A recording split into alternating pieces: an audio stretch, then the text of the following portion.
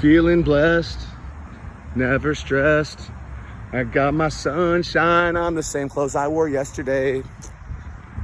So this is the morning walk with Jason Mass, with your host, Jason Mass. Today we have a special guest with us, manic depressive bipolar disorder, Jason Mass. This is where I grew up. This is where I played baseball right here. This is where I was like 9 years old, and I was the youngest one in my neighborhood. My nickname was Jizz. They called me Little Jizz. Yeah, that's true. I'm glad that name didn't stick. But I remember, when you come back to your hometown, it keeps you grounded, man. I'm a fucking salmon coming upstream, and I'm throwing those eggs out. But it keeps you grounded, man. You come back home, and it's natural. And I literally remember stepping onto this field, 9 years old. All these other guys are 13, 14, people I love, men that are still in my life. And they introduced me. I'm a little kid. And I remember Craig Setterington. He's like, he introduces me, takes me under his wing. He's like, and they're like, get this fucking kid out of here. And then he's like, no, this motherfucker can play. And I stepped up feeling bigger than Mighty Casey at the plate. But I'm scared. No doubt about it. I'm scared.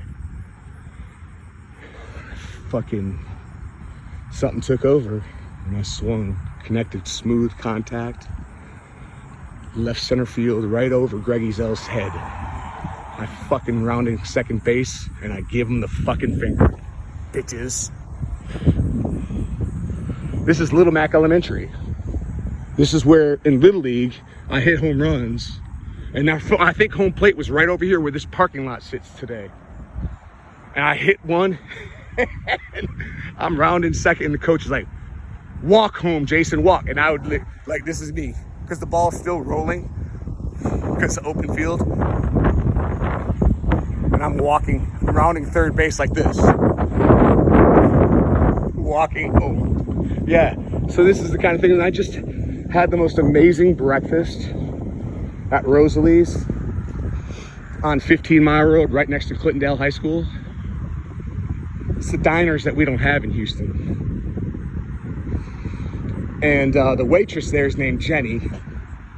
And the owner's name is Lily, Lily. And she's like, don't fucking spell my name wrong. True story. But Jenny's phone number is 867-5309. Don't lose that number. I had the most amazing breakfast with Gwen Almas, who's a woman that has remained constant in my life, my whole life. Despite a few episodes where I was a fucking idiot, she's loved me and supported me. And God didn't give her children, but she has nurtured me. And today I sit here having breakfast with her for, I think it was a 2-hour breakfast, and she had to leave. Otherwise we'd still be there, because I'm this guy that's blessed beyond measure. Beyond measure.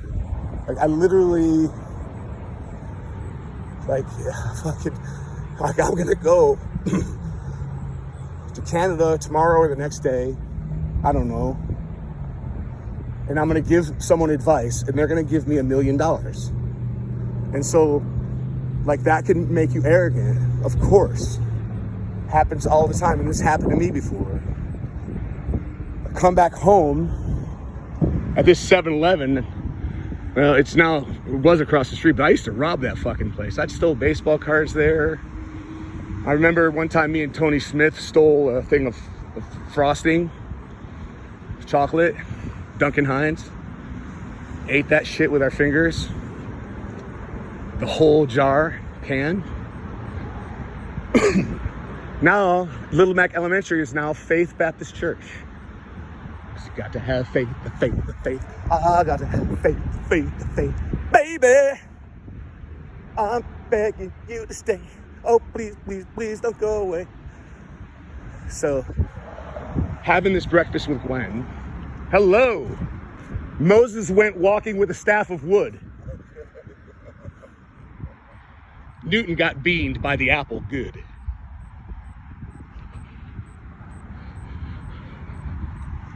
So I'm this guy that's blessed beyond measure. And I come home, and Gwen I grew up with. Well, she was practically an adult when I was a child. She will tell you that she changed my diaper. I will tell you I didn't let her change my diaper. I remember her one time making me try to come down the stairs, and I'm holding on that handrail. She's pulling me, and my fucking legs are in the air. She's pulling me with all her might. I'm not letting go. But she thinks she's changed my diaper. She did. She's been constant. She's been wonderful. And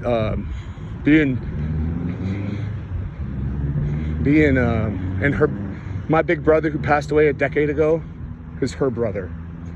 He was my big brother. Coming to see her is a godsend. Keeps my feet on the ground and keep reaching for the stars. That's Casey Kasem. My son's name is Casey.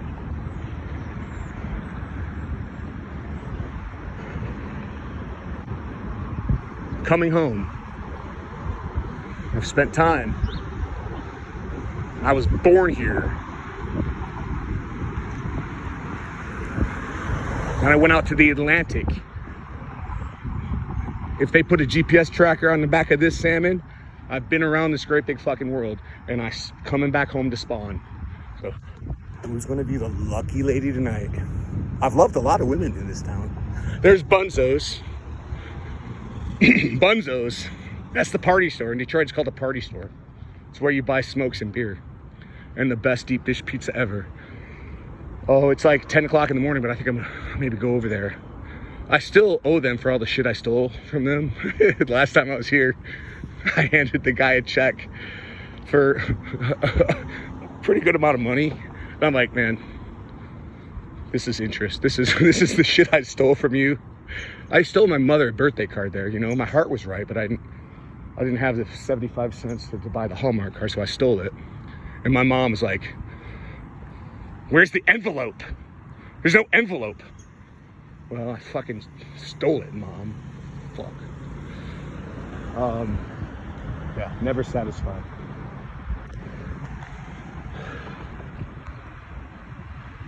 This is where I played Little League. Little Mac Elementary is now a Baptist church. Come unto me, all ye that labor and are heavy laden, and I will give you rest. It's beautiful. So I handed this guy a check. It was like $1,000. No, I actually made up a number that looked like I actually kept track of it. It was like $1,247.12, because that's principal and interest of what I stole from them when I was 12. He gave me a free slice of pizza, and I asked him to reinstall. If they don't have it, they used to buy ice cream. Swirly ice cream, you know, the soft serve, and the best is the swirl, the black and the white, together in harmony, like ebony and ivory. And you know what, I think about it, I think I'm gonna write a song. Ebony, ivory, live together in perfect harmony, side by side on my piano. And I'm in Stevie Wonder's hometown. So yeah, times were better then. They were simpler. It was better. I literally, at this high school, Clintondale High School, I would take my bike and race Ty Cathers and go literally garbage dumpster diving. Because in Michigan, there's a 10-cent deposit on pop bottles. It's not Coke. It's not soda. It's pop. And so if you collect 48 of those bottles in your bike and put them in your newspaper bag, from a newspaper route, and then you take it back to Bunzo's, and $4.80, I was the wealthiest man in North America. Could buy all of the deep dish and all of the soft serve and Faygo or Verner's that I could eat. All that I could eat. I was the wealthiest man. Times were simpler. The choices were vanilla, chocolate, or all together. Now, I see a mom take her child to the ice cream shop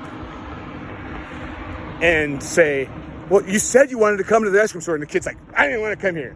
And she's like, choose what kind of ice cream you want. There's only 146 fucking flavors. And then these kids grow up without boundaries, telling adults what they want and what they feel, and then we raise fucking turds. Try hiring a 24-year-old. Try it. I double dog dare you. They're like, I showed up. Where's my paycheck and where's my beanbag? I'm like, well, you have to do this, this, and this. It has to go to state. It's got to be notarized. And you got to do this and this and this. They're like, it's a lot of work. I'm like, that's why they call it fucking work, kid. Fucking do it. Oh, he's an asshole. What a narcissist. No, fucking you. Get to work. Get a paper out. Parents, stop letting your children make the decisions. You're the grown-up. Hey, me and Rob Valsevic played tennis there endlessly. He became an NHL star. And he's still my friend to this day. But he also beat me in tennis, which is not easy to do. And he went on to play at the Peachtree tournament. And if he didn't win it, he became a semi-professional tennis player. A champion's a champion.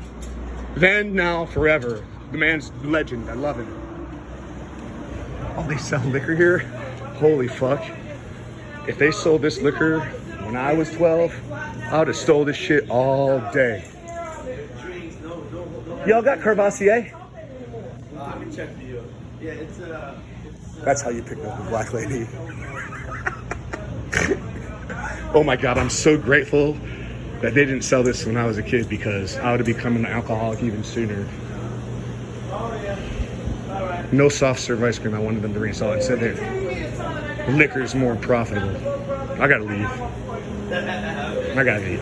I'm a little sad right now. You want to go back, but you can't go back. This thing's changed. Life is a flow. Life is a river. Life is a river. The Bunzo's train has left the station. Unless I buy it, put soft serve and deep dish in there, it's going to be Ahmed selling liquor and cool miles to black ladies.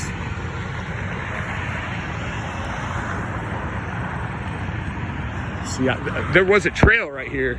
Bunzo's was here and 7-Eleven was there. 7-Eleven now across the street. But yeah, we blazed a trail right through this field. And in the summertime, nobody mowed it. The grass would get waist high.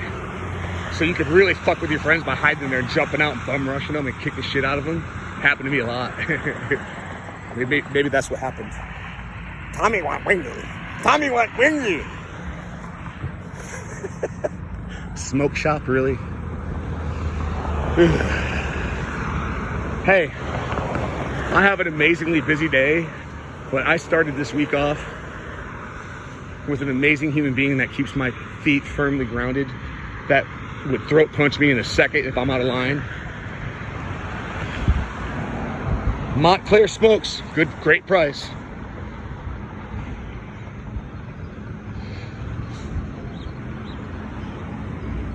It's good to be home.